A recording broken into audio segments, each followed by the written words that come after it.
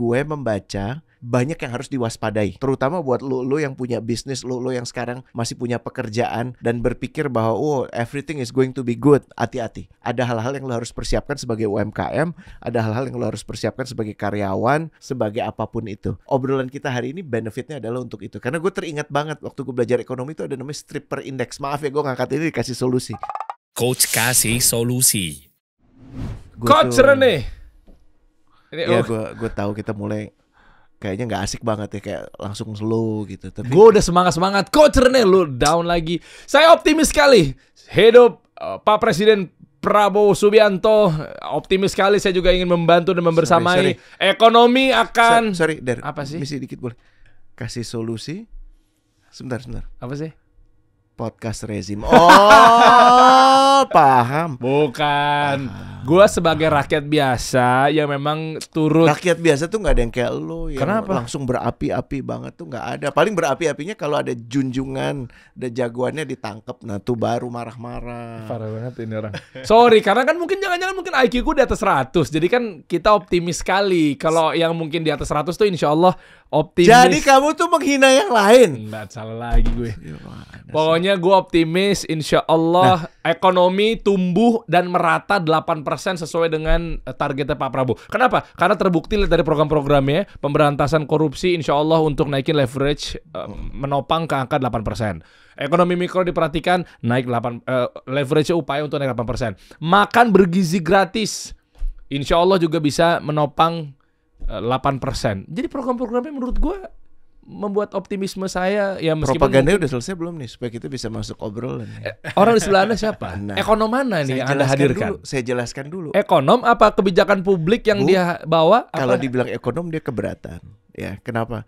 Karena backgroundnya macam-macam, banyak gitu, nggak cuma ekonomi. Cuman Fas, gue panggilan sayangnya ke Fas ya, walaupun kita laki banget dua-duanya ya. Ya, itu orang yang menurut gue moncer banget pemahaman soal kebijakan. Dan gue ajak dia ke sini untuk ngomongin yang tadi lo ngomong itu yang berbau-bau propaganda, karena saudara kan mewakili rezim kan. Saya di sini mewakili rakyat justru.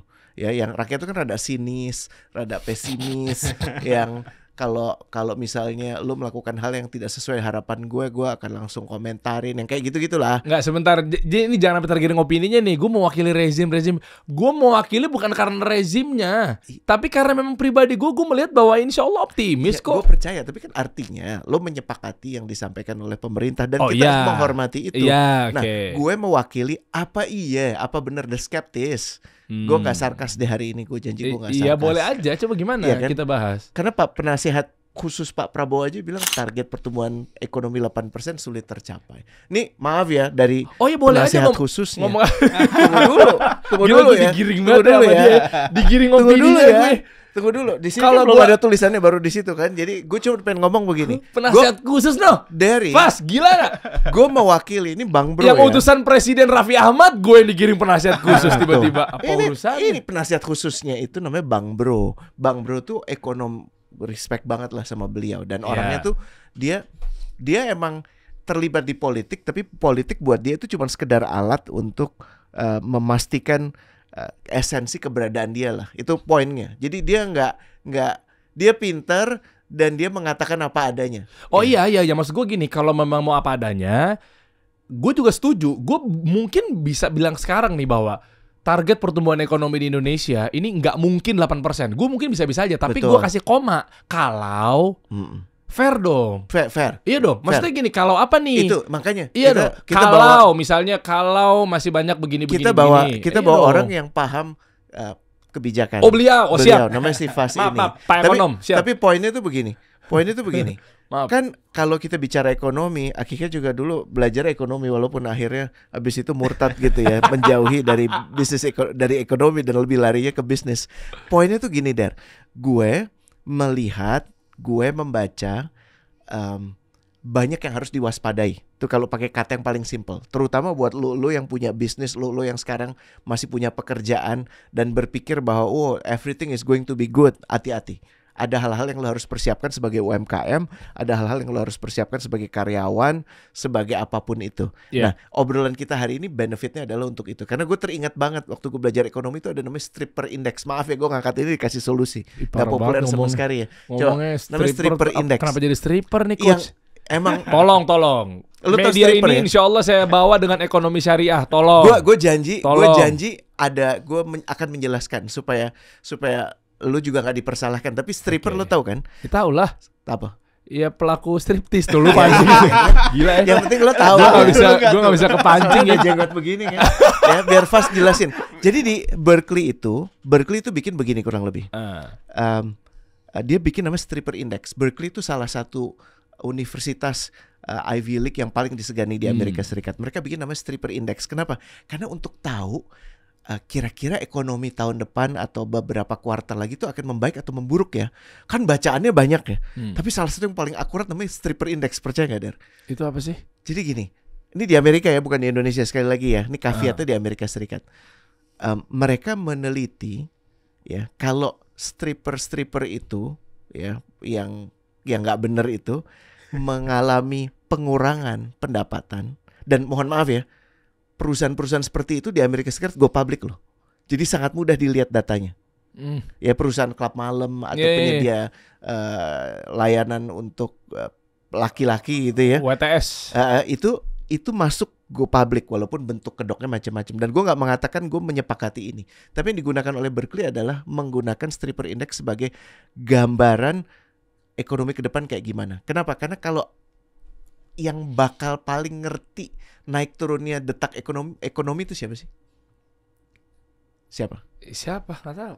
Orang-orang yang mengulik data setiap hari. Investment banker, betul ya? Policy maker, dan orang-orang yang sebenarnya juga punya pergaulan yang nggak terlalu benar. Jadi mereka kalau sudah melihat ada tanda-tanda akan memburuk, konsumsi mereka ke stripper ini dikurangi. Berkurang. Karena itu kayak hitungannya wants ya. Yes. Nah, jadi kalau spendernya itu adalah hobi banget di wants, kemauan, bukan kebutuhan ya. Berarti kan daya beli meningkat, berarti kan ekonomi tumbuh. Produk tersier ya. Ya. Jadi mereka benar-benar mengurangi pengeluaran untuk itu, dan itu benar. Jadi pada saat kinerja perusahaan-perusahaan tersebut yang mewadahi klub malam dan segala macam itu melemah, kalau perekonomian melemah, yang duluan melemah adalah mereka. Jadi sebelum itu kena di ekonomi secara umum, yang kena duluan mereka. Tapi lu nggak fair. Kalau di sini kan negara Islam, negara Muslim, mayoritas Muslim. Tapi bisa itu angkanya kecil pasti di sini, nggak jadi tolak ukur. Sepakat banget. Tapi poinnya adalah banyak cara untuk membaca itu. Dan kalau kita bisa membaca itu, kita lebih hati-hati kan sebelum lo memudah-mudahkan diri lo, muke-muke lo itu kan untuk pay later. Sebelum lo memudah-mudahkan diri lo untuk gue tukar mobil baru lagi deh. Ya kan? Apalagi caranya dengan lo cicil sepanjang-panjangnya gitu ya. Untuk hal-hal yang konsumtif itu nggak baik sama sekali. Atau apa sekarang waktunya untuk kita ekspansi deh, kita ambil pinjaman dari bank deh, ya kan, bank syariah gitu ya, atau apapun itu. Yang penting kita ekspansi, tapi mereka nggak membaca ini. Gitu. Nah, ini petunjuk lain ya sebelum kita kasih ke Fas. Ada lagi. Namanya lipstick index. Lihat deh Fas, kelakuan. Lihat deh. Lipstick index. Lipstick index itu kebalikan tuh nggak? Ini sama kayak di Amerika, tapi untuk menunjukkan kebalikan. Biasanya kalau penjualan lipstick tuh meningkat, itu indikasi ekonomi akan melemah. Lah kan laku keras. Menarik ya. Maksudnya gimana sih? Jadi dijelaskan di sini begini. Kalau ekonomi udah mulai melemah, kemampuan orang untuk melakukan hal-hal yang sifatnya tersier itu turun drastis. Stripper index membuktikan itu. Tapi mereka juga merasa butuh to feel good. Terutama para cewek-cewek. Sehingga mereka akan melakukan yang dalam batas kapasitas mereka bisa bayar masih, yaitu beli lipstick. Jadi murah. Pembelian lipstick yang meningkat itu kerap tanda, sign ya, bahwa ekonomi akan berkurang. Ini asik nih materinya nih. Iya kan? Nah, gue pengen kita membiasakan diri bahas itu. Jangan, ya emang kita harus hidup untuk hari ini sepenuhnya. Tapi jangan lupa juga untuk memikirkan, mempersiapkan diri. Gue khawatir kita tuh terdistraksi sama terlalu banyak hal. Si Anu dituduh korupsi, si Anu ketangkep basah gitu kan. Terus belum lagi cerita tentang apapun itu semua distraksi. Yang paling krusial adalah keuangan keluarga lo sendiri gimana, aman nggak? Keadaan ekonomi lo, kalau seandainya lo keluar dari pekerjaan sekarang, lo bisa hidup berapa lama? Apalagi kalau lo UMKM, makanya gue bawa FAS. Kenapa? Karena gue nggak cukup berkompeten untuk mengomentari, apalagi membaca keadaan ekonomi untuk UMKM. Jadi di satu sisi 8% sih insya Allah ya kita dukung. Malah pertanyaannya gimana sih FAS untuk bisa mencapai itu? Gitu, ada nggak sih tanda-tanda yang lo baca dari sini? Pas semua gitu? kalau gitu, pas. Ya kan? Pas ya, pas dia orangnya. FAS tuh emang pas. Makanya kita orang pas Sunda undang FAS. Nah, jadi kan emang FAS juga melekat sekali kan dengan Ini anak pinter banget. dengan stripper sama lipstick ya. Coba Ini anak pinter dan humble. Woi, Ya, lo kenal Pak Amin Subekti kan? Tahu. Pak Sudirman Said kan? Iya, tahu. Dia dulu kerja bareng mereka. Gitu. Sama Pak Anies Baswedan. Sekarang dia mahal banget. Sama Pak Anies juga. Sekarang dia mahal banget karena dia bantuin pengusaha, tapi kita nggak usah sebut di sini lah. Ya. Siap. Jadi kita punya waktu, dia tuh beruntung banget. So FAS, aman nggak sih perekonomian kita? Satu gue kasih disclaimer ya. Jadi apa namanya? Kan humble kan udah bilang kan. Awal-awal disclaimer ya. Nggak ngegas ya kalau gue ditanya mana? Kita mana ada disclaimer. Nanti dibully nih sama ekonom nih teman-teman gue gitu. Aja. Paling yang komentar Prof Awalil doang, kita udah undang juga kan. Kita udah undang juga kan. Paling yang di sini Fas sudah masuk berarti nggak apa-apa lah ya, kita aman ya ngomong-ngomong ya. Awalnya gue juga deketan FAS. Soalnya gue juga didikannya Pak Awali ya. Gimana disclaimer gimana? Gas aja langsung lah. Oh bukan. Gue bukan ekonom, gue public policy lah. Public policy lah ya. Jadi bedanya apa sih FAS? Bedanya apa ya? Bedanya tuh kalau ekonom tuh mainnya mungkin di angka ya, spesifiknya ya. Dari awal tuh pakai data, angkanya seperti apa. Public policy juga pakai data begitu. Cuman banyak ya variabel apa yang dilihat, banyak hal lah yang dilihat dari gimana sih kondisi politik. Ya kan, gimana sih kondisi sosialnya begitu ya? Gimana? Dan pengaruh kebijakan itu ya. Pengaruh kebijakan itu gitu. Jadi gue lama di pemerintahan gitu ya. Gue bantu Pak Dirman tadi gitu kan. Kemudian di SDM gitu, ngurusin renewable energy. Kemudian juga gue sama Pak Anies di tim gubernur untuk percepatan pembangunan. Saudara mengundang. Ini nggak apa-apa ini. Oh ya nggak apa-apa lah, emang kenapa? Itu kan di bawahnya ada misi nih. Jadi gua tapi ini bukti ya dari undang siapa? Gue ngundang siapa aja. Bukti gue ngundang. Kemarin gue ngundang Pak Anies Baswedan. Gue ngundang Pak Hidayat Nur Wahid. Gue ngundang Pak Tom Lembo. Walaupun dia nemenin Ridwan Kamil kampanye juga sih. Oke, lanjut. Usil banget. Usil banget ya, Man. Oke, terus. Jadi apa namanya? Fas, ngomongnya di sini Fas biar kedengeran. Oke. Jadi apa namanya? Ya gue intinya lama ya di kebijakan publik gitu kan. Terus banyak yang gue terlibat. Jadi mungkin sebagai teman-teman yang audiens yang para penonton di sini gitu ya. Ya gue udah banyak menyelam lah di kebijakan publik. Jadi gue ada pandangan gitu ya. Ini supaya clear nih gini. Manfaatnya. Kebijakan publik itu kan senjatanya, amunisinya pemerintah untuk memastikan terjadinya satu keadaan gitu kan. Iya, betul ya? Iya. Iya kan? Dan kalau kan alhamdulillah misalnya Pak Prabowo sekarang, bukan misalnya, Pak Prabowo kan presiden. Kebijakan dia salah satu yang ditawarkan, usulan kebijakan yang ditawarkan waktu kampanye.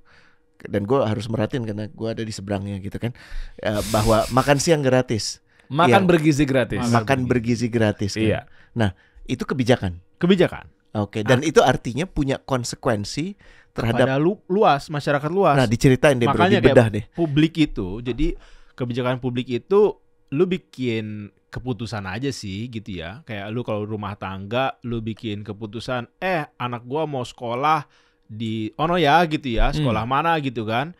Nah, itu kebijakan keluarga lo gitu kan. Nah, kalau kebijakan publik gitu ya ini berdampak luas kepada publik, masyarakat banyak gitu. Jadi yang Pak Prabowo program makan bergizi gratis, hilirisasi, ini berpengaruh banget. Food gitu. estate. Apa pengaruhnya? Ya lu dapat kerjaan, ya lu dapat makanan gitu kan, lu dapat kesehatan, fasilitas pendidikan gitu. Makanya penting banget. Itu jadi gue dari background yang teknik sebenarnya, terus gue kayak wah kayaknya perlu banget nih. Zaman gue kagak ada tuh Pak kebijakan publik tuh, bukan nggak ada maksudnya, kayaknya tuh dikit Terus gue kayak, wah ini kayaknya wali kota gue harus kasih advice nih, harus kasih nasihat gitu kan.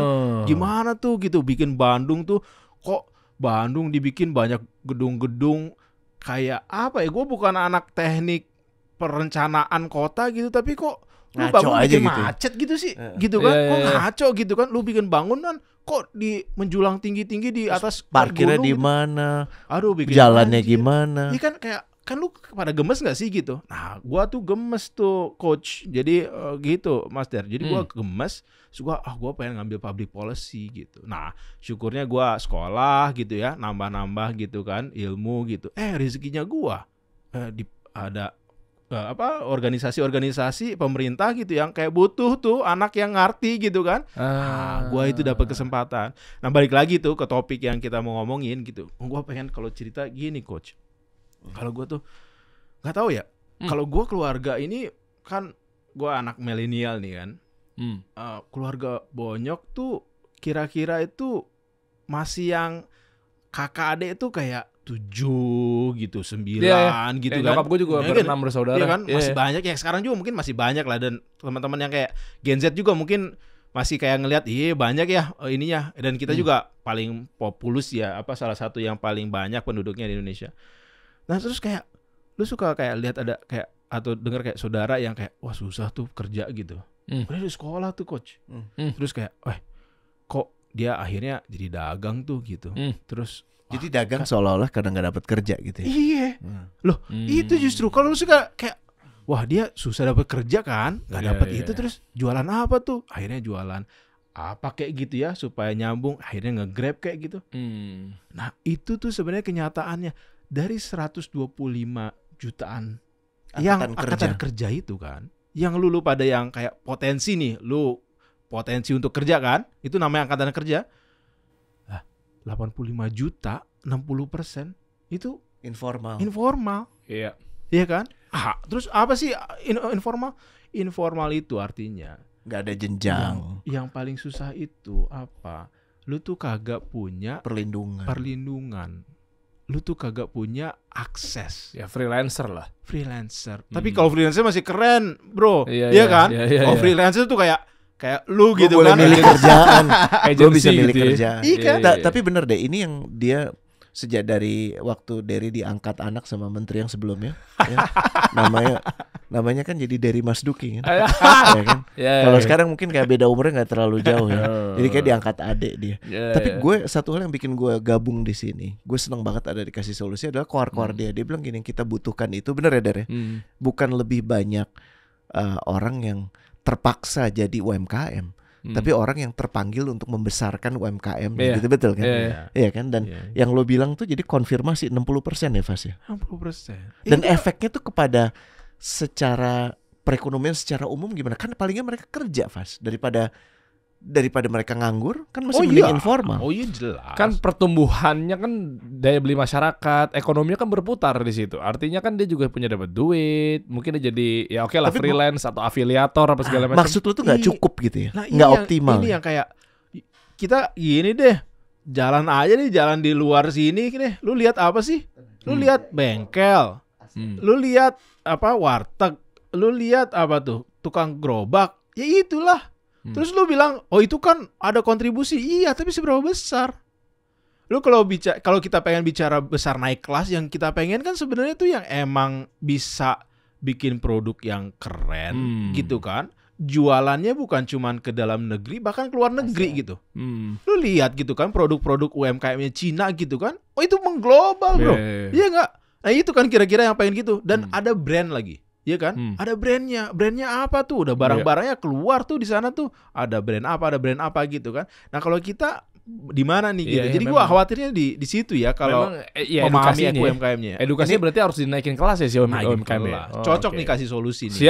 Ini crucial banget nih yang tadi Fas gue dapetin datanya nih, bisa dilihat nih. Ini data Indonesia. Jumlah pekerja informal Indonesia terbanyak di Asia. Coba kita lihat ya. Enggak, itu 108 juta ini tahun 2022 nih. Iya, 108 juta. Ada lebih tinggi, bro. Kenapa? Kan lu tadi bilang 80-an. 85. Ini 108. Ya? 108. Naik berarti. Dari ILO ya. Ya beda-beda kan, ada yang ngomongin tergantung data intake-nya ya. Dari mana kan. Nah tapi lu balik lagi juga ke apa sih artinya gitu ya, kondisi ya. Kalau kita kondisi dulu deh, coach, sebelum kita ngomongin soal kedepannya kayak gimana gitu kan. Sekarang itu lu kalau beli makan itu lu naik kayak 2.000, 3.000, 5.000. Bahkan yang gua paling perhatiin tuh apa coba? Gua kan suka nemenin, aku suka belanja ya bulanan gitu kan sama keluarga gua gitu kan. Terus gua tuh kebagian itu beli susu.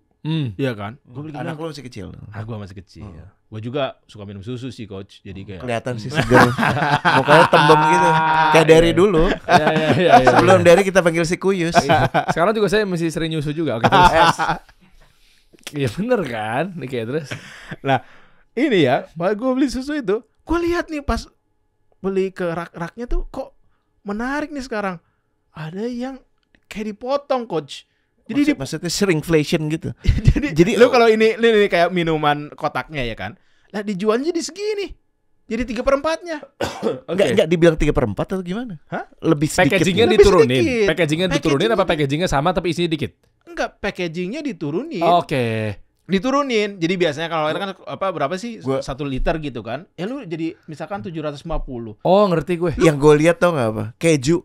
Lo tau gak sih keju yang slice tuh? Iya. Kan dulu kan gede banget ya, masih gede sih. Sekarang tuh kayak jadi kayak untuk dulu 1 roti itu cukup 1 ya. Sekarang harus 2. Exactly. Nah, apa maksudnya? Tujuannya gara-gara daya belinya menurun? Ya kalau gue mikirnya gitu. Ngapain beli yang besar banget gitu ya? Gua kalau beli susu itu harganya misalkan jadi sekarang 20.000.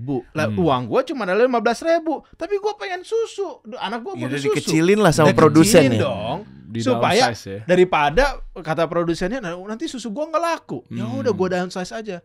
Dan lu lihat deh kayak di pasar-pasar atau lu lihat makanan aja sih kalau lu beli-beli kayak gitu kan. Kok jadi lebih dikit perasaan gitu kan. Jadi boleh gue ini melihat itu tanda sebenarnya bahwa daya beli kita menurun. Iya. Tanda itu lebih mahal aja. Yeah. Ya daya beli menurun juga berarti income lu, pemasukan lu nggak tuh cukup. ya nggak cukup, ya nggak nambah. Dan datanya nih yang memang mengatakan bahwa lu beli makanan zaman sekarang itu lebih mahal dari 5 tahun yang lalu. Oh, berarti inflasi juga ikut-ikutan di dalam pembahasan ini ya? Oh, berarti nilai mata uang turun, dulu mungkin 2.000 dapat ini, sekarang 2.000 udah nggak dapat apa-apa. Iya. Beli susu dulu 20.000 dapat, sekarang 25.000 mungkin berat gitu ya. Sekarang gue akan mengalihkan diri gue sebagai rezim gitu ya. Bukankah makanya kebijakan-kebijakan itu dibangun untuk melindungi itu, kayak makan siang bergizi gratis, makan bergizi gratis. Itu kan untuk supaya lo nggak harus mengalokasikan uang sama sekali buat yang nggak mampu untuk bisa dapat makanan yang berkualitas. Bagus dong. Bagus. Dan sebagai UMKM yang menyimak Kasih Solusi kali ini, gimana sih gue bisa ikutan? Iya gak sih? Iya. Baca itu gimana sih? Baca. Ini kan, nah ini kalau bacanya nih teman-teman, kalau baca itu gue saranin lu pada. Ini lo spesifik ngomong sama Gen Z ya kayaknya. Iya. Untuk baca ya? Enggak juga sih, kadang-kadang buat kita juga ya, buat baca kayak gini. Kayak gue sentimen banget ya sama Gen Z. Saya tahu. Emang sih. Anda kayaknya musuhnya banyak Gen Z, saya tahu ya. Banget. Gimana cara bacanya, Fas? Gue tuh gini. Kalau lu baca itu sebenarnya gampang. Lu kan punya Instagram tuh, iya kan? Lu follow dah, lu jangan follow cuman yang artis atau lucu-lucu doang. Lu follow gitu kan, Kasih Solusi. Lu follow yang namanya Detik, Kompas. Lu follow berita. Nanti ada muncul tuh berita-berita ya, Twitter lu follow gitu ya. Kadang-kadang gue pakai app sih gitu ya. Gue baca headline, hanya baca headline aja. Baca headline-nya. Kasih Solusi kan ada tuh headline yang provokatif gitu kan. Ya baca headline gitu kan. Namanya bingkai putih. Kotak putih biasanya. Kalau Volkatif itu kan ada bingkai putih, kotak putih. Gitu ya? Kadang ada di headline-nya di situ. Gue males banget tuh justru pas kayak orang jadi males baca cuma ngeliat headline doang. Makanya follow. minimal dia dapat atensi di situ, atensinya baru dia baca ke bawah gitu kan. Maksud gua follow-nya juga yang kayak media yang formal juga. Ya Kasih Solusi ya bagus gitu ya. Ada juga media-media formal kan ya. Ada juga media formal. Lagi gua saranin kayak gitu. Jadi lu pada tahu gitu apa yang terjadi, bukan terjadi di Indonesia aja loh. Kayak terjadi di di negara Amerika lain Serikat sekarang di Rusia gitu ya. Ini gue ngeri banget gitu, kayak Korea naruh tentara di perbatasan Ukraine ini gitu, kayak Loh. Kok udah naruh tentara, biasanya main dari atas aja nih gitu kan. Terus kok Korea ikutan pula gitu kan. Loh. Ini Padahal Korea jauh juga ya. Kemana Ya, nih gitu kan. antar benua loh. Loh, baru kemarin loh gue baca berita lagi. Israel taruh tentara gitu kan, darat gitu kan. Lebanon. Iya kan? Lah, loh udah tentara darat lagi nih. Ini mau kemana nih gitu kan arahnya nih. Nah, jadi gue itu caranya tuh baca yang ini, dan gue kebetulan ngikutin kebijakan pemerintah gitu. Jadi gue baca juga. Jadi gitu mau nggak kan. mau lu harus baca Gini itu deh, ya? bacain buat kita dong, Fas, dari kebijakan-kebijakan ini yang bisa disiapin. Ibaratnya ada puluhan ribu orang di depan kita yang pengen denger lo bicara soal bacanya gimana sih? Baik-baik nggak sih? Mungkin pengalamannya Fas nih bro, waktu lo di sana di pemerintahan gitu, bantu Pak Sudirman Said, bantu Pak Anies Baswedan di Gubernur Jakarta gitu kan, dan lain sebagainya. Artinya kan pasti kan beliau ini kan punya janji publik yang memang program-programnya yang memang harus dituntaskan gitu kan. Nah, artinya untuk janji-janji terutama yang topik kita pada kesempatan kali ini ya, mengenai UMKM, sektor informal, ekonomi mikro apa segala macamnya, mereka ini harus ngapain gitu. Nah, dari data-data yang udah dimilikin, karena biasanya kan dibikinnya kapan kan keluarnya masih nanti. Nah, maksud gue gaya-gaya mainnya di pemerintahan selama lu pernah lama di sana gitu, itu seperti apa sehingga mereka juga bisa udah siap-siap nih ngencengin ikat pinggang apa segala macamnya. Oh, jangan-jangan mungkin lagi digenjotnya ke arah kanan ya, mereka udah geraknya kanan. Oh, taunya ke kiri, mereka geraknya kiri. Kayak sekarang misalnya makan bergizi gratis. Bisa jadi mungkin mereka jadinya akhirnya ngidupin F&B-nya mereka lagi. Siapa tahu dapat kebagian, siapa tahu dapat kue apa segala macamnya. Ya kayak gitu itu gimana tuh, Fas? Jadi baca itu kalau bagi kebijakan publik, baca leadernya, pemimpinnya. Oke. Pemimpinnya ngomong apa tuh? Lu nonton tuh, baca tuh kan, ada headline-nya banyak banget tuh. Prabowo ngomong apa di pidato pertamanya. Ngomong tuh, beliau ngomongin soal harus kita berketahanan dari sisi pangan, swasembada pangan itu harus. Iya, betul. Energi. Kita harus swasembada energi.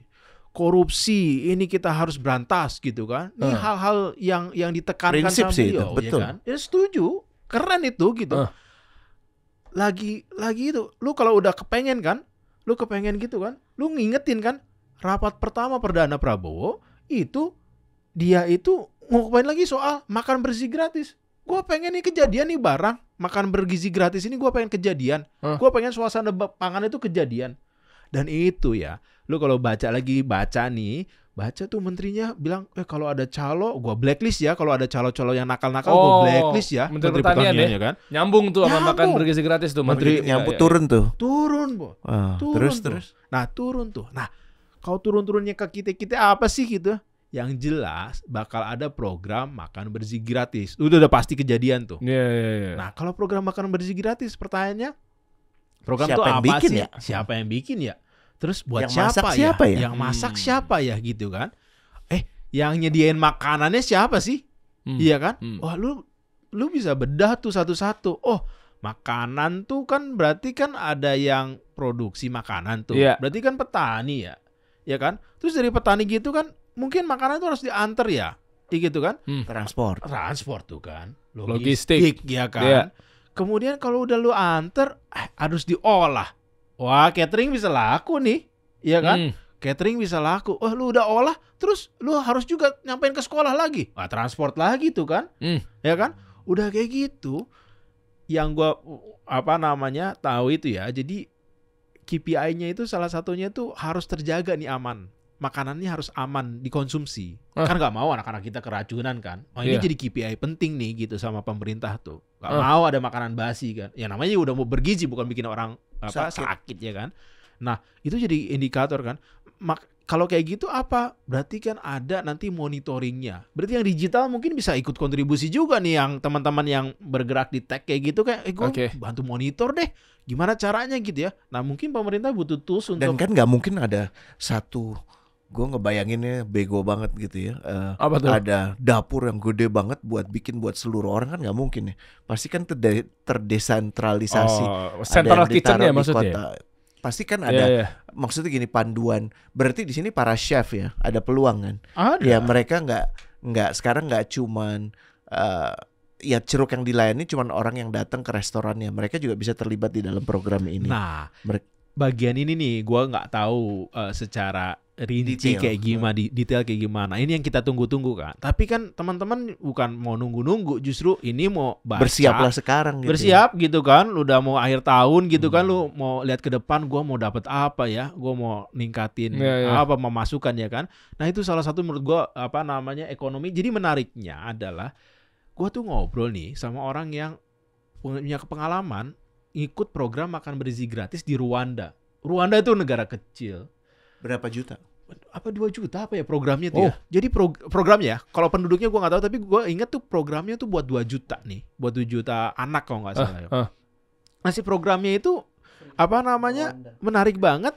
Jadi si penerima manfaat makan gratis ini gitu ya, itu juga adalah anggota keluarga petani yang bikin, ya kan, yang bikin hasil-hasil pangannya gitu ya untuk anak-anak itu gitu. Jadi apa sih artinya? Artinya itu ada makanan gitu ya. Artinya itu ada pemasukan kan buat petani itu gitu kan. Karena pasti ada yang beli gitu kan. Pasti ada yang beli karena pembelinya pasti. Pembelinya pasti. Nah, ini petani kita ini siapa yang mau beli nih gitu kan. Nah, kalau sekarang bismillah ya, gue sih berdoanya tuh pendekatannya desentralisasi. Desentralisasi itu berdasarkan lokasi-lokasi yang dekat ya gitu ya. Jadi jangan terlalu jauh ya. Terlalu jauh gitu kan. Lalu Jakarta gitu kan, tinggal Jakarta tapi yang masak itu di Bogor ya, jauhan dah. Orang-orang Bogor juga kayaknya bisa deh masakin buat lu gitu kan. Nah, desentralisasi tuh kayak gitu. Jadi misalnya di Papua, ya udah bikinnya di Papua gitu kan. Nah, gue kepikiran kalau itu terjadi, maka sebenarnya para petani itu bisa punya kepastian pembelian hasil-hasil panennya mereka. Asik gak tuh? Kok selama ini gue mau kemana gitu jualan gitu? Nah, gue otomatis sudah terbeli ya. Otomatis dikontrak jadinya. Dikontrak gitu. Bahkan kalau bisa langsung nggak harus dilempar lagi supaya lebih efisien, si hasil produksinya itu bisa langsung dikirim ke kitchen-kitchennya gitu kan. Iya kan. Jadi pemerintah cuman menavigasi di antara itu aja. Dan yang kerennya itu tadi anaknya sendiri, anak petani itu yang sekolah yang dapat juga bantuan itu gitu. Jadi kan maksudnya tuh itu keren ya kalau kayak berasnya keren dibeli banget gitu ya. Padinya dibeli, berasnya dibeli, tapi dia juga dapat makanannya juga. Ya sih. Nah, ini nih yang Rwanda tadi tuh yang gua sampein gitu ya. Ini katanya salah satu yang terbaik di dunia. Di dunia ya. Di dunia ini contoh Rwanda itu salah satu terbaik.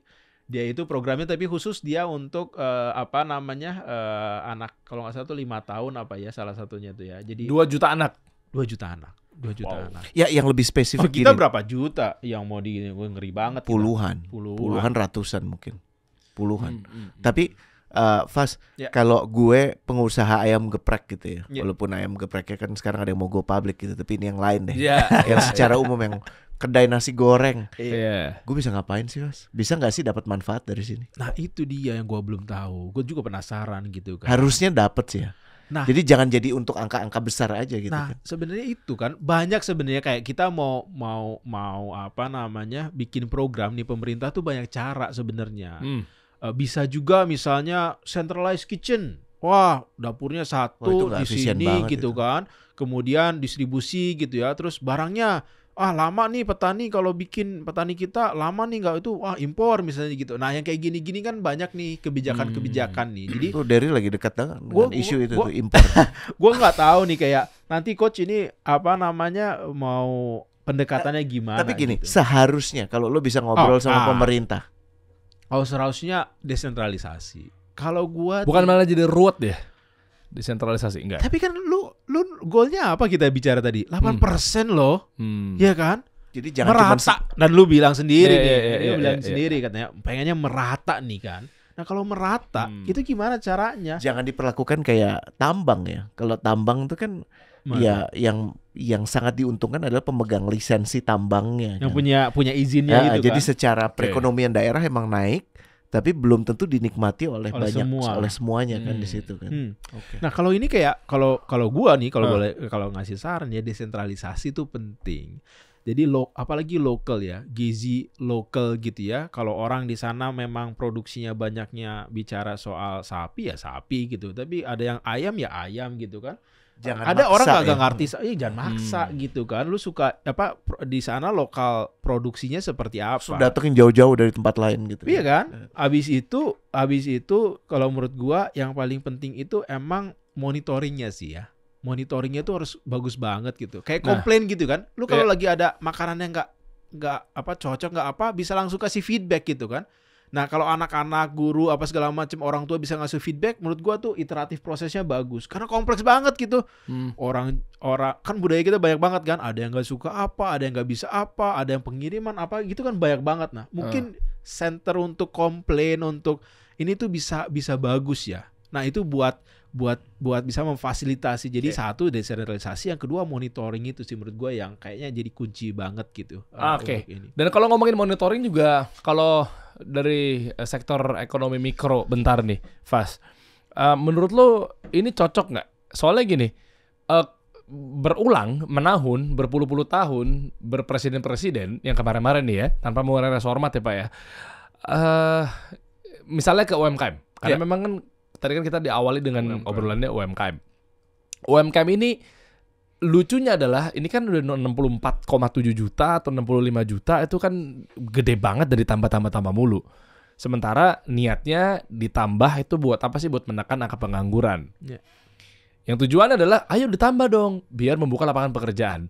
Nah menurut gua ini pun juga kayaknya harus dikaji ulang deh. Setuju banget. Iya kan? Sekarang pertanyaan gua ketika lo ditambah, sekarang orang kang bakso, kang somai, informalnya aja yang ditambah akhirnya. Iya kan, kang bakso, kang somai, apakah langsung nge-hire karyawan? Belum tentu, ditambah. Nah, kalau tujuan untuk menekan angka pengangguran atau membuka lapangan pekerjaan, kalau saran gue biarin aja 65 juta UMKM, jangan ditambah. Kalau ditambah niatnya emang begitu buka gerobak pertama langsung hire manajer keuangan, langsung hire orang HRD kan gitu kan. Nah, kenapa nggak dieskalasi? Nah ini yang akhirnya gue keresahan dari kemarin-kemarin, gue juga ngomong-ngomong di beberapa kesempatan gitu ya. Eskalasinya dinaikin gitu loh. Nah otomatis kalau dia naik jadi PKP, pengusaha kena pajak atau pendapatan 4,8 miliar ke atas, berarti kan negara juga diuntungkan. Iya, satu, dan kedua pasti kan dia juga harus buka lapangan pekerjaan lagi kan. Mau nggak mau kan dia hire orang-orang yang ngurusin people, uangnya udah banyak nih, masa diurusin sendirian kan gitu. Nah ditambah lagi kasusnya, ya gue sih bilangnya oknum ya. Gue nemuin satu postingan, ini menarik deh, satu postingan membahas mengenai UMKM. Akhirnya gue screenshot komen-komennya terkait pelatihan. Maaf ya, pelatihan kalau niatnya ditambah atau dinaikin, kalau pelatihannya juga pelatihan oleh siapa? Yang diadakan oleh kementerian-kementerian terkait. Oke. Lewat dana APBN. Wow. Yang disalurkan ke pelatihan. Nah, di pelatihan kenapa akhirnya nggak tereskalasi? Akhirnya mungkin niatnya satu, pelatihannya yang mungkin cara saya yang salah. Oleh si oknum gue nggak bilang semua ya. Ayo tambah lagi, kamu harus jadi usaha, kamu harus jadi pengusaha apa segala macam ya. Menurut gue itu tadi balik lagi tuh. Nambah lagi tapi nggak tereskalasi. Nggak naik. Yang kedua, oke niatnya kita eskalasi. Menarik nih, bagus nih. Tapi begitu dicek pelatihannya kurang kompeten. Nggak bisa naikin kelas apa segala macamnya. Dan yang ketiga lebih parahnya lagi, ternyata ditunggangi coach. Ditungganginya gimana? Oknum-oknum yang berada di dalam kementerian harusnya APBN tersalurkan dengan baik untuk pelatihan. Yang pertama, kelakuan ini si oknum. Dia bawa orang yang kurang kompeten. Sehingga materi yang disampaikan oleh si ngaco aja udah. Ya udah ngaco. Yang kedua, oknum ini bermain lagi. Ternyata orang-orang yang dibikin pamerannya yaitu cuma untuk menggugurkan kewajiban. Dia punya satu komunitas, yuk ramein yuk. Kan tujuannya cuma APBN-nya biar terserap. Jadi nggak ada efeknya, dampaknya tuh nggak ada ya. Ini simpulan gue setelah gue coba screenshot komen-komen yang masuk ya di sebuah postingan ini menarik tentang pelatihan UMKM. Komentarnya apa kalau boleh? Nah, lihat ya. Nih ya, kita mulai dari yang pertama. Nih, saya murni pengen ikut pelatihan UMKM buat dapat ilmunya. Sayangnya kuota sering habis dan diserobot sama orang-orang yang cuma ngarep nasi kotak dan amplop. Udah gitu, kalau ada info pelatihan hanya circle grup tertentu yang dikasih tahu. Saya orang awam, bukan dari bagian dari grup, minta ampun dapat info pelatihannya. Ini kayak yang lo bilang tadi ya, Tuh. komplain handlingnya itu ya. Tuh, ya. Ini kan program Iya masih kan? bagus apapun, Nah. kalau nggak ada komplain handling Tuh. repot. Sambung ya. Pelatihan apalagi yang adain dinas rata-rata hanya formalitas bang, anggaran. Pemateri-materinya cuma formalitas. Ada yang namanya dia sarkas SPD. Wah kan sangkanya sarjana pendidikan kan lulusannya. Taunya spesialis pelatihan dinas itu gelarnya. Cuma buat dapetin ya udah Ada buang-buang yang kayak anggaran. gitu ya? Oh ini parah coach. Makanya ini di daerah saya juga kalau pelatihan sama bazar dinas orangnya itu lagi. Udah mulai kecium nih. Makanya ini mudah-mudahan nih, Pak Prabowo nih bisa ngecium nih di sektor Kementerian UKM nih. Pelatihannya monoton. Ini gue kumpulin nih. Tuh komen-komennya banyak. Tuh bener banget nih yang datang kelompok mereka lagi.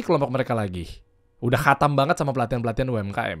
Terkadang kasihan ya cuma nyari amplop aja. Kadang yang datang terus itu juga belum tentu praktik. Oh, kadang yang datang itu terus dan belum tentu praktek. Oh jadi kayak Ngerti gak sih lo? masa bayaran gitu ya. Iya. Ini komen-komennya kayak begitu. Udah pada kebuka loh. Udah pada melek loh. Hati-hati nih sama pemerintahan sekarang udah mulai kecium nih. Di daerah saya belum pernah ada pelatihan Sorry, itu UMKM. di postingan di mana ya? Kita munculin aja mau nggak? Ya. Ada namanya akunnya @UMKM Indonesia. Ini akun independen sih. Akun-akun gue nggak ngerti akun siapa. Gitu kan. Gue ketemu aja. Terus di postingannya meme-nya pakai, ya ini nggak ada hubungannya sebenarnya, tapi meme-nya ini pakai video loopingannya potongannya Caimin. Dijadikan meme. Ya Caiminnya jangan salfok lah pokoknya. Buka aja UMKM Indonesia. Yang tahu nggak yang sempat viral kemarin Caimin? Ya saya nggak tahu, orang saya nggak diberitahu.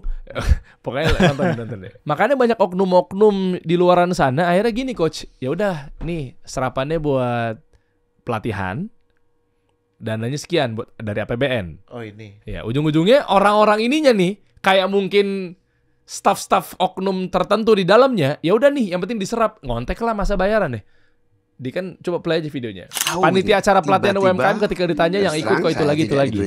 Saya tidak tahu dan saya bahkan bertanya-tanya kenapa kok saya tidak diberitahu. Sampai hari ini saya nggak tahu. Ya jangan salfok. Ini kan meme lagi viral. Iya kan bisa dipakai ditunggangi apa-apa buat bercanda-bercandaan aja kayak kenapa tanggal 25 kok belum gajian? Owner ditanyain. Saya kan tidak tahu karena saya juga tidak dikasih tahu. tidak dikasih tahu. Saya juga bahkan terus terang. bertanya-tanya. Saya juga bertanya-tanya kenapa saya tidak dikasih diberitahu. tahu. Itu menarik banget. Nah, ini apa sindirannya panitia acara pelatihan UMKM ketika ditanya yang ikut kok itu lagi.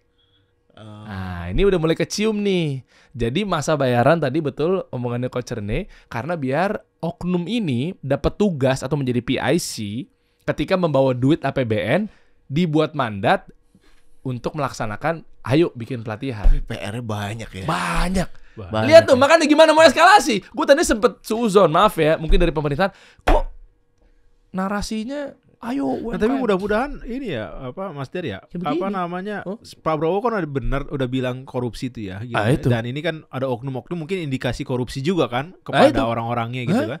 Nah ini gimana kepada orang-orang yang apa namanya jadi calo-calo pelatih gitu kan. Nah kalau Prabowo udah bilang kayak ini kita harus apa namanya serius nih nanganin korupsi gitu kan. Mudah-mudahan nih ada ya kayak gini-gini udah kagak ada lagi nih mudah-mudahan ya. Amin. Itu lihat. Ya kan? Jadi oknum ini sebenarnya kalau semuanya coba ngelakuin yang terbaik aja, apa yang ada di depannya udah jauh lebih baik ya. Banyak hal. Sekarang yang gini bisa deh coach, lebih baik. nih, gue pun juga dapat kuenya. Ini gue open aja nih, waktu gue tugas di Kemenko UKM pas Pak Menteri Teten Mas Duki saat itu yang tahun lalu ya kan. Akhirnya kan yang tahun ini kan gue bantu Pak Sandi di Kemenparekraf sama pelatihan juga. Kami dapat kuenya. Dan jujur memang kalau saya untuk pemerintahan saya ya udah ayo kita support total. Gue dapat kuenya, gue ngajar. Sekarang gini deh. Ya gue nggak bilang gue deh, siapapun itulah misalnya emang orang kompeten di bidang ekonomi tertentu spesifik ya, branding, marketing, misalnya gitu deh kebutuhannya. Anggaplah misalnya gue ngajar dengan memang pengalaman yang gue pakai, coach yang ngajar dengan pengalamannya gitu kan, Bro Fast juga pengalamannya apa segala macamnya. Anggaplah bener tersalurkannya. Tapi si calo itu main. Tetap mainnya adalah ya udah siapa pesertanya. Kadang kan ada KPI, APBN harus terserap. Nah ternyata target audiensnya nggak tepat karena dia cuma mengharapkan nasi kotak atau cuma untuk pelengkap pengguguran si APBN. Ya. Terus pulang ke rumah apa ya dipraktekin? Maaf. Kalau ternyata misalnya yang diundang adalah orang-orang yang nggak punya kepentingannya, ya contoh kasusnya izin ya, ternyata dia bukan pelaku UMKM. Dia ngisi waktu aja. Ngisi gitu. waktu aja. Asisten rumah tangga, asisten rumah tangga dapat amplop. Disuruh ngisi booth, Taunya ternyata nggak ada kebutuhannya. Kalau asisten rumah tangganya pengen belajar jadi UKM, Sayang banget. itu. Atau dibalik, orangnya beneran mau ikutan pelatihan, Nggak bisa masuk. ya nggak bisa masuk. Pelatihnya ternyata nggak kompeten. Apa yang dia dapat? Dengerin, nonton. Oke lah, anggaplah dia percaya gitu kan, karena memang yang ngomong pelatih, wah ini mentor nih, coach. Udah, nyampe rumah dipraktekin. Tahu jadi memperhatikan ilmu yang salah. Ya nggak eskalasi lah. Kacau jadinya ya. Atau yang ketiga matriksnya, dua-duanya caur. Yang ngajar juga pelatih bodong, Pelatih yang bodong. datang juga ngarepin amplop. Peserta bodong. Iya. Pelatih bodong sama peserta Peserta bodong. bodong. Mau jadi apa negara ini? Makanya tadi komen-komennya lihat deh. Aku aja nggak dapat infonya loh. Yang rajin cari info, ya itu aja. Boleh lagi coba. Boleh lagi Dim. Terus. Banyak komen-komennya. Iya ya, kok aku juga. Saya juga tidak tahu kenapa sampai itu bercanda nih. Pengalaman banget nih, karena dia juga nggak tahu. Ada info ini dia nggak tahu. Kalau gue ya, ini gue Wah, sebagai kacau. ngamatin kebijakan publik gitu ya. Kalau gue lihat itu susahnya itu kalau UMKM itu dianggap apa gimana ya? Lu tuh misalnya ya, lu UMKM jualan makanan, alright? Jualan makanan. Berarti kan lu tuh usahanya tuh di food sektor ya gitu ya. Lu misalnya distribusi nih kan, nganter-nganter barang gitu. Berarti kan lu sektornya tuh di transport ya kan? Digital, ya kayak gitulah. Berarti kan sektor-sektor kan. Nah, terus kalau pemerintah tuh gimana sih ininya, apa namanya, ngelola yang kayak gitu? Kalau transport berarti Menteri Perhubungan dong. Kalau pangan berarti Kementerian Pangan dong. Lah kalau digital Kementerian Digikom dong. Komdigi dong. Sekarang Komdigi ya namanya. Loh, terus kayak gitu gimana sih gitu? Lu punya keluh kesahnya itu sektornya di mana, UMKM nggak nyambung. Kagak nggak nyambung ya, makanya lu kayak ya kasihan juga kalau kayak Pak Teten gitu ya. Gua kan kayak ngelihat itu yang waktu itu gua pengalaman di DKI itu. Kasian. Iya kan Kenapa? kasihan. Lah gimana dia? Dia kan ke ruang lingkupnya situ kan. Lah sektornya kalau kagak dibenahin gimana? Gimana sih sektornya masih nggak paham? Sektornya misalkan gini, apa namanya, Kementerian Pangan, ya kan, yang ngurusin pangan. Tapi dia UMKM. Terus dia UMKM, terus yang ngurusinnya ini nggak dibenerin nih. Isunya misalnya ya izin lama gitu di Kementerian Pertanian gitu kan, bantuannya salah sasaran gitu kan, apa ini nggak bener deh gitu misalnya ya, ngelola ini nggak bener. Lah Kementerian UMKM terus ngapain? Ya cuma bisa bikin kegiatan bareng Derry. Exactly gitu kan, bikin pelatihan kagak nyambung. Jadi lu nggak benahin juga kan. Nah maksud gua begini, yang dibutuhin itu, menurut gua kayak program makan bergizi gratis itu menarik kalau holistik pendekatannya. Holistik itu gimana? Jadi holistik itu menyeluruh. Lu itu mau petani itu menghasilkan. Nah, petani itu kan jadi pengusaha juga sebenarnya. Dia bukan cuma nanam doang, bro. Dia tuh pada akhirnya dia itu akan Harus jual. Jual berarti harus ngerti marketing, Harus ngerti branding, harus ngerti apa gitu kan. Nah, Customer. gimana kalau dia itu jadi UMKM atau kan namanya ada koperasi kalau sebelumnya kan digabung ya, kalau sebelumnya kan kementeriannya. Nah itu gimana tuh ngebenahin itu? Karena produknya sebenarnya udah ada nih sekarang. Ada yang beli nih. Program makan bergizi gratis nih bakal beli nih barang lu gitu kan. Nah masuk dong koperasi UMKM di situ. Bantu dia pelatihan, marketing gimana gitu loh. Nyambung antara barang yang lu jual sama kemampuan manajerial lu jadi pengusaha. Dan sekarang lu usaha. Terus sektornya atau yang barang yang lu jualnya nggak berubah tuh kondisinya. Lu digital. Gitu kan susah gitu kan, internetnya lambat gitu, ya susah dong gitu. Tapi gue nanya deh Fas, dengan semakin bertambahnya jumlah kementerian, jadi berapa sekarang? 44 something ya? 44 out of tadinya berapa? 28 ya? 20-an ya. Itu gimana sih? Bukan itu akan semakin membuat spesifik kayak yang lo bilang tadi. Ya. Jadi yang ngurus banyak atau secara koordinasi itu bakal jadi sangat challenging. Both. Dua-duanya. Jadi sebenarnya bisa lebih spesifik, tapi di sisi lain koordinasi itu bakal jadi menarik sekali ya. Iya. Itu bakal jadi susah banget. Karena sebenarnya enak kan gitu. Lu barangnya apa sih? Selama ini PU itu sama perumahan tuh disatuin. Kadang-kadang ini ribetnya gimana sih, kayak lu pengen ngobrol nih kan sama kayak teman sepantaran lu kayak gini. Kalau lu ngobrol sama teman sepantaran lu, sepantaran lu tuh kayaknya tuh asik ya kan, santai, skut gitu kan, nyambung gitu kan. Tapi kalau lu ngobrol sama orang tua, mungkin beda, segen gitu. Nah kayak kalau kayak kementerian tuh kayak gitu gitu kan. PUPR. Ya kan kalau kayak kementerian tuh gitu kan, ada hierarki gitu kan. Wah ini saya dirjen gitu ya, direktur jenderal, harus ketemu menteri gitu kan. Gimana ceritanya kan? Nah, lu kalau pecah jadi menteri ke menteri gitu, ya enak ngobrolnya. Gua menteri gua menteri pekerjaan perumahan nih gitu kan. Lah gua setara sama lu gitu kan. Lu kita koordinasi dong. Gua punya masalah rumah. Lah kok sebelumnya dirjen terus ngomongin sama menteri misalnya Menteri Keuangan gitu. Wah, susah juga, jauh banget kan. Lu ngobrol aja deh sama teman gua katanya gitu kan. Tapi nah, itu bagusnya. Berarti jangan lihat dari sisi terlalu hambur-hamburin duitnya ya. Nah, itu kan mikirnya begitu orang-orang. Ini kan kebanyakan kementeriannya, berarti jangan-jangan nanti APBN makin gerus atau jatah-jatahnya buat para kementerian jadi dikurangin nih. Itu pasti. Iya, cuma kan jadinya kan lebih spesifik. Nah makanya lebih level menteri ketemu menteri kan. Betul. Makanya kalau gua belajar public policy itu no size fits all. Artinya tuh nggak ada semua solusi itu kayak ya udah ini benar buat ini semua gitu kan, buat semua gitu. Tergantung eksekusinya. Gua diajarin nggak kayak gitu. Tergantung konteks, tergantung eksekusi, tergantung lah, banyak banget tergantungnya gitu. Jadi gua juga nggak pengen terlalu generalisir gitu ya.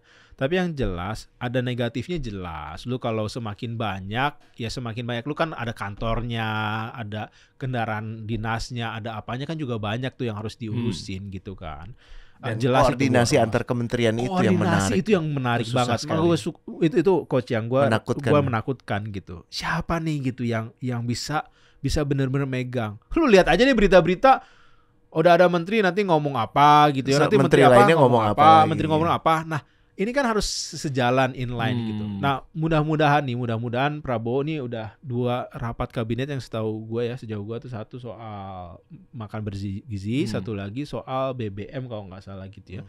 Nah, mudah-mudahan konsisten ada pertemuan-pertemuan yang memang bahas untuk solusi, untuk address masalah-masalah terkini ataupun jangka panjang secara konsisten supaya barisannya tuh rapat gitu kan. Untuk tujuan apa? Untuk tujuan tercapai yang 8% tadi. Untuk tujuan apa? UMKM tuh jadi naik kelas. Dan gue setuju banget sama Mas Dery. Gue tuh kalau yang sebenarnya ini nyambung nanti sama hilirisasi tuh. Kayak UMKM itu kalau di beberapa negara itu porsinya itu persentase informalnya itu nggak terlalu tinggi. Jadi persentase tadi kan berapa? 60% ya? Lebih. Nah gitu, lebih gitu ya. Itu 30%, 40% gitu. Jadi ada informal dan which is fine aja gitu ya. Pasti ada mixture, ada campuran antara itu. Tapi yang bagian dari formal jobs itu harus dikasih. Nah ini dia formal jobs. Itulah hilirisasi. Prabowo bilang, itu kita kaya banget tuh. Kita maunya ada rumput laut. Kita bisa jadi produk akhir gitu kan. Jadi lebih bikin mahal perusahaan-perusahaan yang memproses rumput laut mulai dari farmingnya. Berarti Kemenperin dari packagingnya, mulai dari marketingnya bisa banyak banget. Gue pengen mobil listrik sekarang nih, bagus juga nih, mau katanya kan, Pindad gitu kan, bagus tuh gitu kan. Itu ujung tuh barangnya tuh pasti dari sumber daya lokal, natural gitu kan. resources, natural resources gitu kan. Nah itu menurut gue yang kita harus dorong. Ini ekonom nih ya, gue ngamatin berbagai ekonom mengatakan bahwa kita harus kembalikan tren menuju industrialisasi gitu ya. Jadi jangan ditinggal malah kayak Styritex gitu kasihan kan. Habis itu mereka. Nah, gue juga pengen tuh sebenarnya apa yang gue tekenin tuh branding sih. Gue tuh kenapa ya pas kemarin tuh banyak banget interaksi gitu ya. Kita tuh jangan cuman jualan produk tapi nggak bisa branding gitu. Kita harus kuat branding gitu. Itu karena Dery Yansyah belum difungsikan secara Kita kan siap panggilan tugas. Anda kan juga kan masih banyak ya komisaris BUMN yang masih kosong. Sorry kalau sekarang saya lagi mau fokus. Saya mendukung sekali program makan siang gratis. Mendukung sekali program swasembada energi. Karena itu sejalan dengan pilihan-pilihan saham saya. Terima kasih. Di giliran kayak gini subjektif ya. Kalau teman-teman coba dong, ada keseruan apa lagi di luaran sana? Ceritain deh mengenai bacaannya ya. Iya, 8% ini mungkin ada punya ide-ide apa? Kita bisa bacain aja nih. Atau lo masuk yang bagian dari 80-85% UMKM. Apa rencana lo buat upgrade gitu? Bisa ditulis di sini dan nanti Derry kan bisa dalam bisikan-bisikan dia kepada Smash masyarakat. Ada jalur Mes masyarakat ekonomi syariah. Bisa dibisikin ke Pak Burhanuddin gitu kan. Pak ini butuh ini. Tapi branding is crucial. Hanya dengan branding yang bagus itu bisa elevate banyak banget. Lihatnya produk-produk Jepang tuh. Ya itu gila banget. Gila banget. Ya. Boleh. Branding tuh menurut gua gerakan branding nasional Der. Enggak juga harus tandingannya GSN sih. Maksudnya kita ikut GSN aja, nanti dalamnya baru kita gitu. Kenapa Anda suka kayak buntur-bunturan banget sih sama yang udah ada? Enggak apa-apa. Gerakan solidaritas nasional itu Pak Rosan mah udah keren. Di situ tuh persatuan. Dukung. Coach kasih solusi.